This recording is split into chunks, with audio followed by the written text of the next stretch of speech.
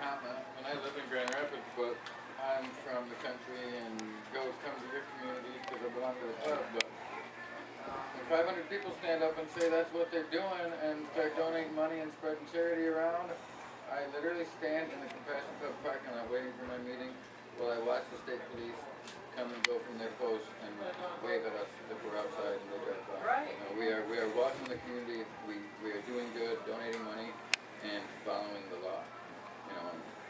It is different. It is different when you're in a community that accepts it. The community's not gonna unless everybody stands up.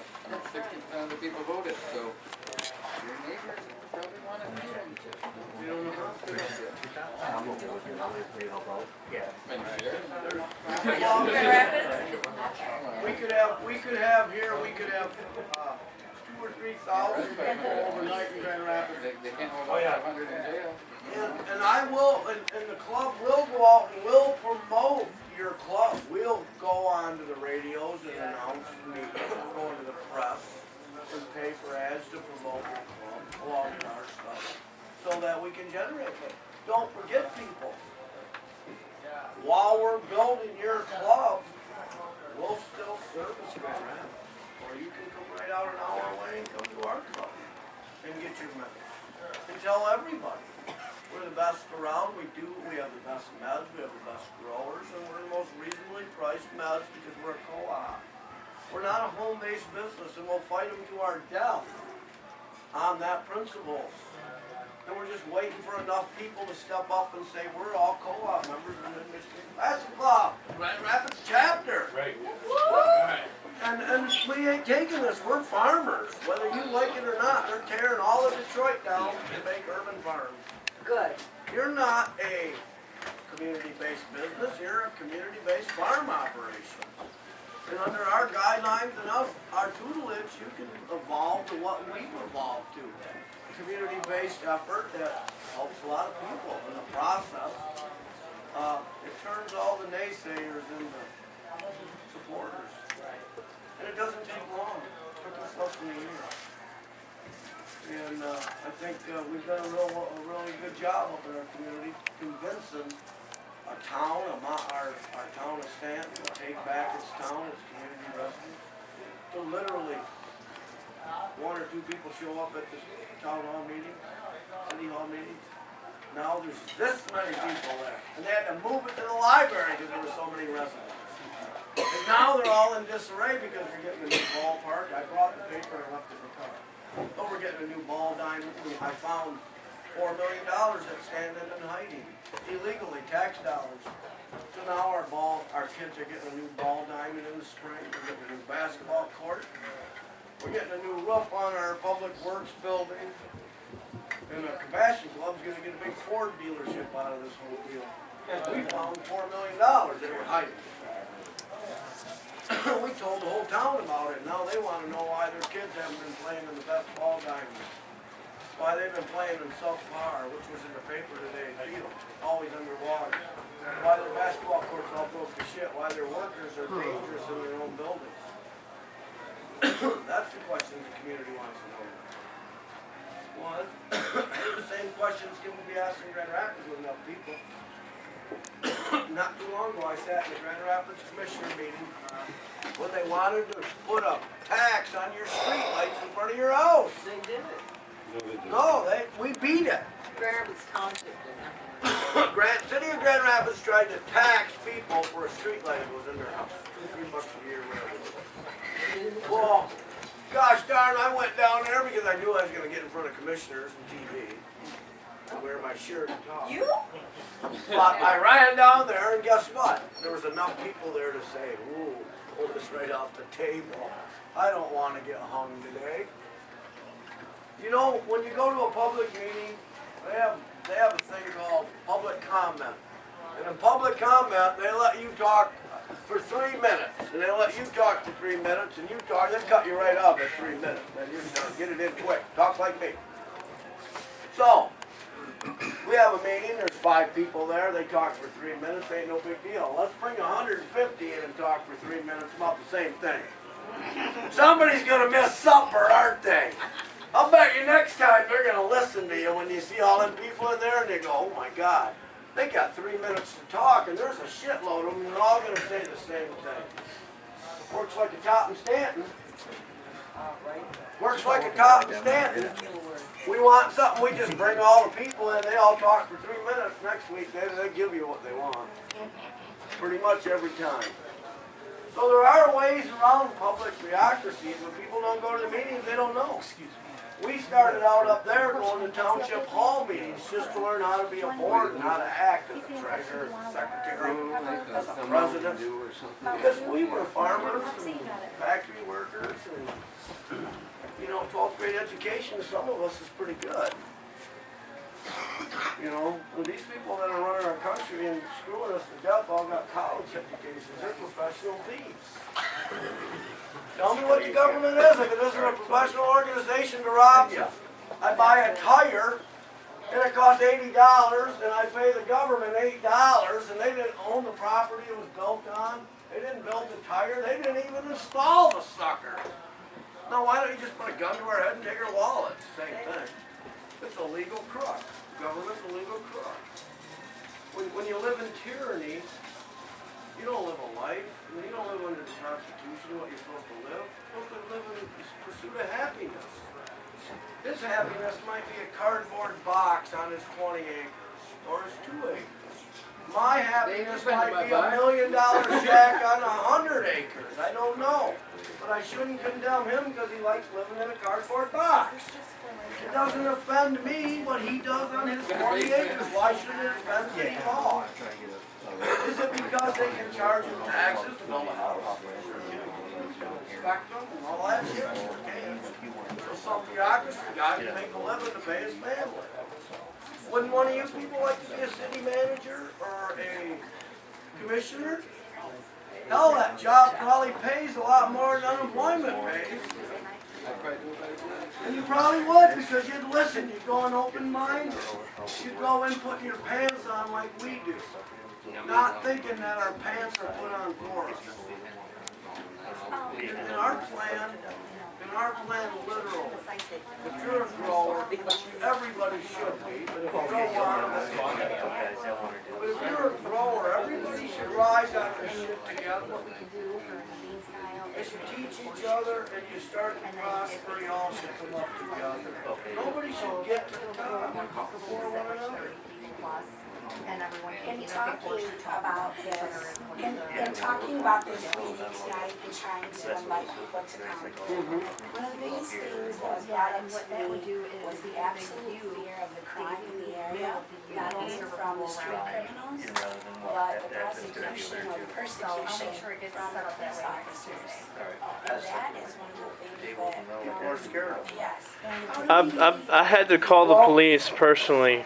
You know, I had an ambulance come to my house. I had 12 plants in my basement.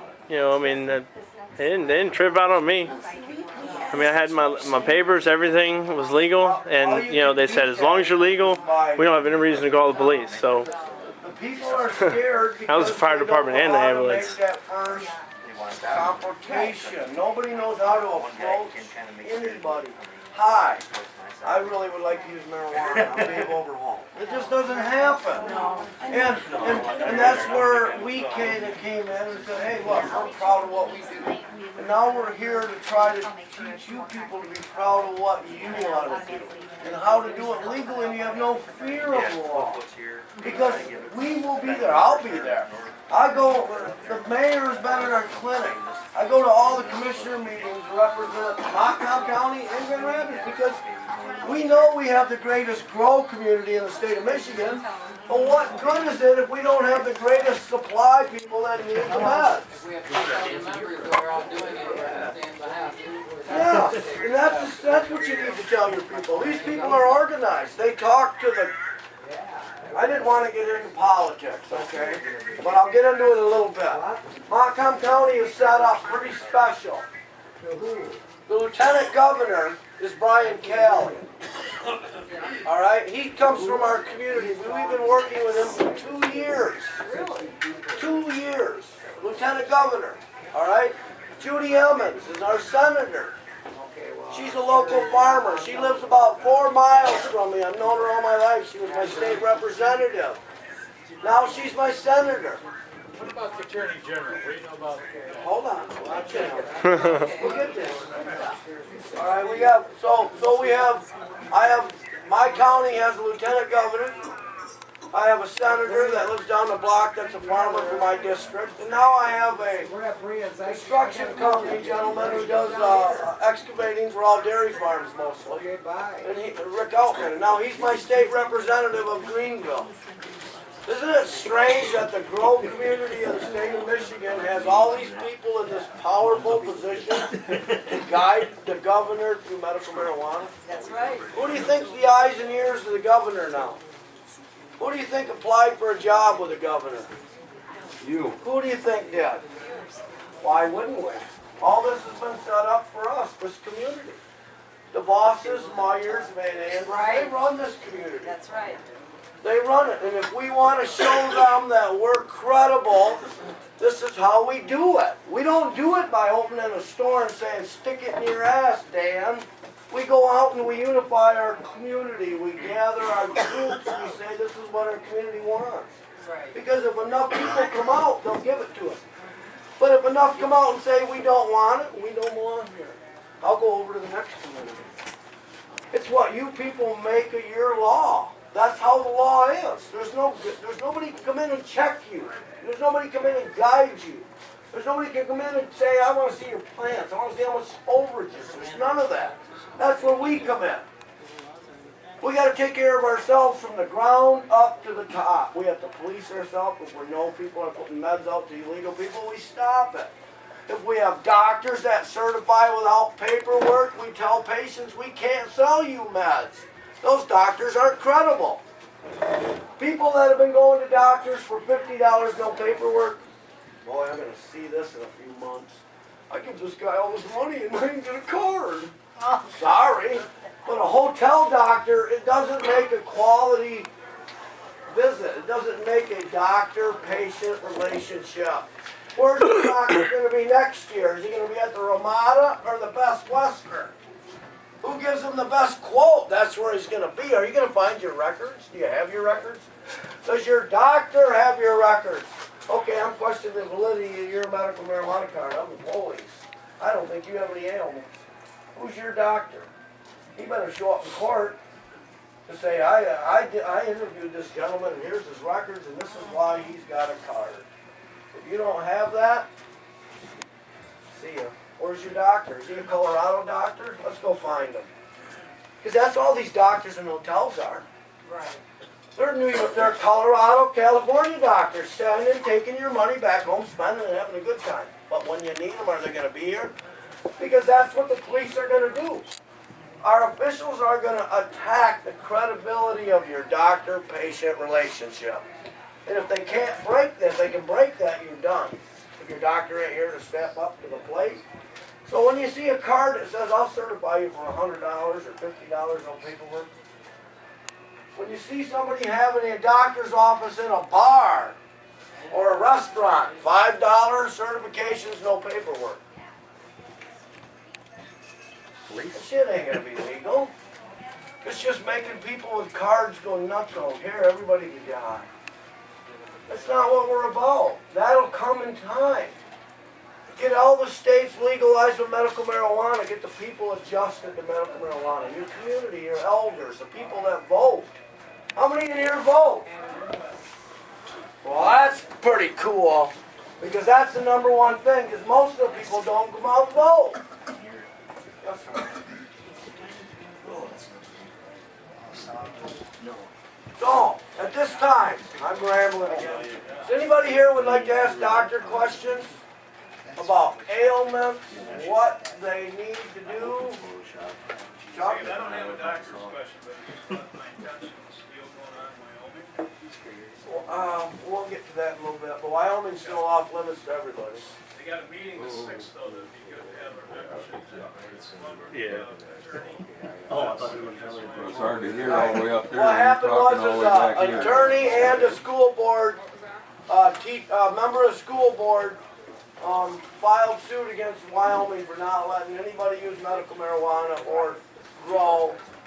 Matter of fact, I was told personally that if I transport marijuana through Wyoming and get caught with it, they'll take it from me and arrest me. Get it to my patient. I was told that.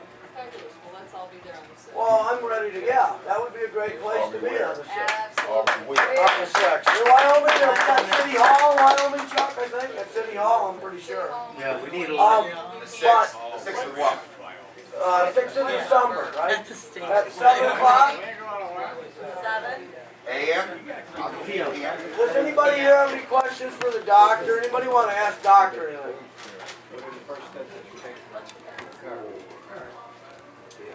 Alright, stand up, Dr. Bob. This is Dr. Bob, anyway, by the way.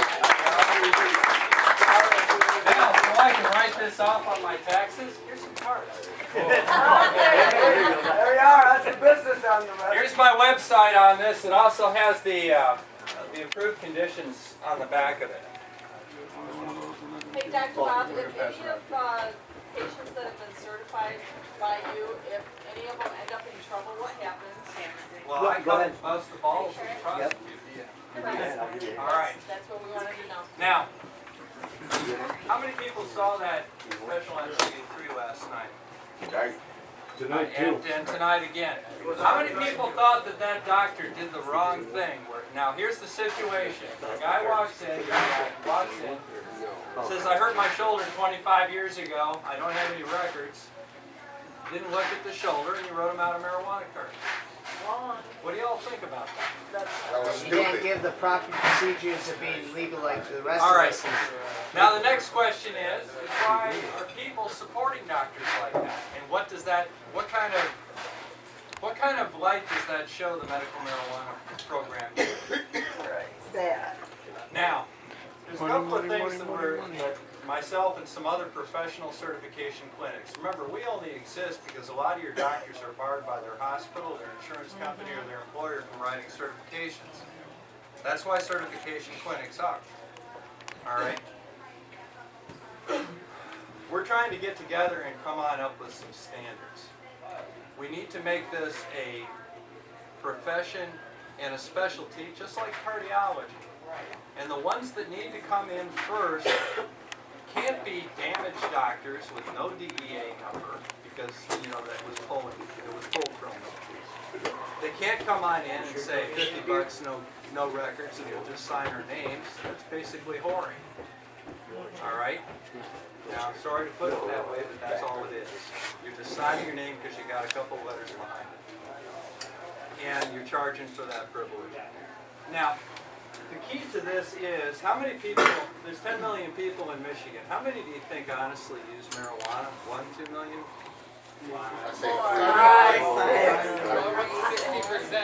Bottom line is, I really think that our fortunes are based on people that are not involved in medical marijuana. All right? We need these people to push us over the edge. How many people in here actually don't and never have used marijuana? Never? No, hey, that's okay, we get them every day. I didn't inhale. We see them almost every day. I think my mom and I are the only ones that Your did. mom too? Well, you got a new friend. Yeah, I got a new There's 3 of friend. you now. All right, there's 3 of us. No, we went to the my mom's 73 years old. If she had ever caught me with marijuana when I was in high school, I'd still be grounded, and I'm 48. But we just didn't believe in it. But, you know, she showed up at this Grow University in Kalamazoo this summer, and they asked that same question. Only 2 people raised their hands, my mama and the prosecutor. And the prosecutor was kind of shaking a little bit. The problem is, you know, we have to really show that we're doing this right. Okay? The appeals court back in September had the Redden Court decision written by Judge Connor. Has anybody heard of that thing? That 30-page monstrosity that basically said y'all were faking it? Yeah. Okay, yeah. And very suspect. Do y'all recall that we just elected a attorney general that hates us? And a governor that doesn't really like us? Okay, why are these good things? The O'Connell decision told us how they're going to attack us. If the Indians are coming over the hill from the west at 5:15, do you think we're going to have everybody circled around the camp? No, we're going to be looking that way. All right? We know where they're coming at us, and there are several things that you got to look for. Is there an exam and a history tape? Are records required? Is a progress note written the day that you're there and given to you for your doctor? And do you have a follow-up? Okay? Now, we got two different ways of looking at it. We can either bitch about how unjust this is and how we're going to fight it to the Supreme Court and we're going to do this and that and the other thing. Meanwhile, a lot of you guys are going to be wearing orange and eating bologna sandwiches. Who here likes bologna sandwiches? All right. So what we're doing now is we see how they want to attack us. They tipped their hand. They said where they're coming from. So what we do as adults and reasonable people is we sit down and take that into account. So guess what? I added a follow-up survey to my process. Okay? Can I treat people in a hotel room? You betcha. Can I treat people with one visit? You betcha. Does it happen all the time? Sure. Did the Army let me treat people in tents? You betcha. All right? You think if I can treat somebody in a GP medium out in the field, I can't treat somebody in a hotel room on something that's basically an insurance exam? But they don't like that. They want to follow up. So here's your survey. Fill this out when you get your green card, send it in. I gave it to you. That protects me. You send it in. That protects you. Okay? Why do I do the extra step and do the work? Because I want to protect you. I don't want to walk in with my hat in my hand saying, well, Your Honor, you know, I kind of think that he does it. He meets the criteria of the law for a medical marijuana card. I don't think he, you know. I mean, really, I think he's okay. No. You want to rest your faith on that? You want to rest your freedom on it? Okay. Do you want to come on in and find out, well, Dr. Townsend, I understand you had your DEA license pulled. If you can't write cough syrup, how can you ask this court to possibly trust your judgment on a dangerous Schedule I narcotic like marijuana? Oh, come now. You either do the work, exam, history, paperwork, and follow up, and you have a clean record. You don't have disciplinary action on your record. You don't have your DEA license pulled. You know, that's so you can prescribe controlled substances. If they can't fight you on the process, they're going to fight you on your personality. So when I certify you, I've done the work. If you don't have a qualifying condition, well, you know, you're a good witch or you're a bad witch.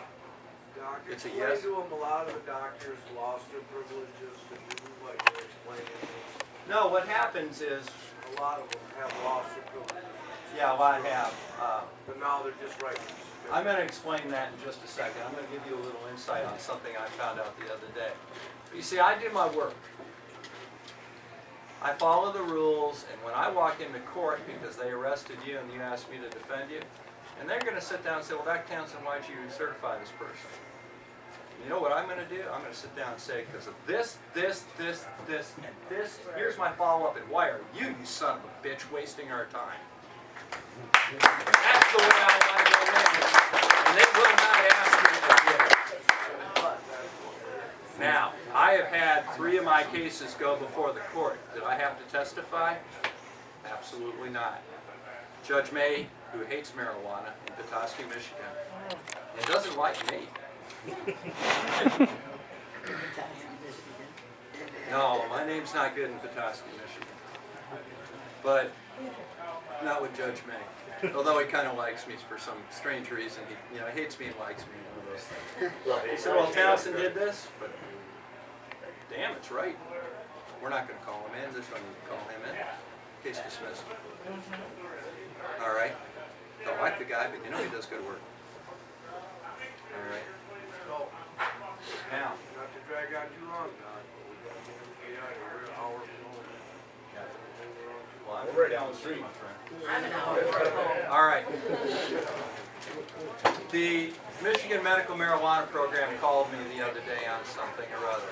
Now, we've been working on this criteria because we wanted to sit on down and come on up with how a certification clinic should be run. And I said, well, can we meet? And let's talk about these things and see if we can get this squared away. No. Our job is only to look at the forms. Well, what we're asking, you know, they asked us for input from the medical community, and we're asking you, you know, we're offering it and asking you to show some leadership. No, we don't want to do that. What they want is they want people like that idiot on the news last night that takes a 25-year-old shoulder hit, 25-year-old shoulder injury with no paperwork and writes them out a card. They want that to appear to be the standard of medical marijuana certifications. So I don't mean to cut you off, but get back to the question, what documentation do we need to come see you? I need enough documentation that if I walk into court and you come in complaining of chronic pain, if you've got chronic pain, I bet you're going to the doctor and getting some medicine for it. Maybe you've been to a pain clinic, maybe you've had a couple of injections or some surgery. It needs to be clear. Generally 3 or 4 office visits is enough. Some things, cancer. Got a biopsy that says you got cancer? That's that. All right? If you have seizures, you have seizure medicine, you got a diagnosis of seizure, and a note from you signed by your doctor? That's perfect. Got chronic pain? You know, I want to see some documentation. 3 or 4, you know, have you had pain for 6 months? Are you seeking treatment for it? Been to the chiropractor? These are things here that make it very clear that you've got this. All right? If you have questions about the ailments and the requirements, if you call the office, these girls know it all. And some of the questions you're They're referring listed right on the back of the card, too. they can answer if you can't reach them. Now we'll get some more. But if you call the office, the people at the office know all the answers to all the ailments, they know how many documentations. Also, how many people here haven't seen a doctor in a while? You know, a lot of people haven't had insurance. It hasn't been 3 years since they've been to a doctor. If your injury is over 3 years old, you need new documentation of that injury. Unless you've got rods and pins and bolts and artificial or you're missing. Then it's continuation from seeing Right. them. That wouldn't hurt having you see one more doctor real quick, too. You know, say it's still there. We also have a doctor set up that does diagnosis. Say you have an injury that's never been diagnosed. You broke your arm, but it healed like this, and you just live like it. Well, you have no insurance, you have no records of it. We have a doctor that'll see you. He will give you a physical. He will give you insurance for the whole year. Anything in his office is free.